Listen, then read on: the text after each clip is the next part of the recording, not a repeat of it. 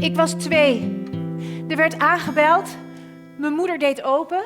Is uw man thuis, mevrouw? En weg was mijn vader. Voorgoed.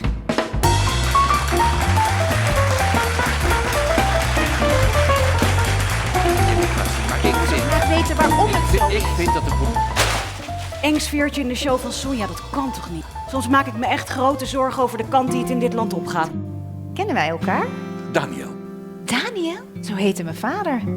Ik fantaseerde uit pure noodzaak, omdat de waarheid altijd voor mij verborgen is gehouden. Lieve schat, dat is allemaal zo lang geleden. Ik wil weten hoe jij in elkaar steekt. Hoe je rook, hoe je bewoog. Ik wil weten wie jij was. Ze pakt het dagboek en begint te lezen. Je ziet me nooit meer terug.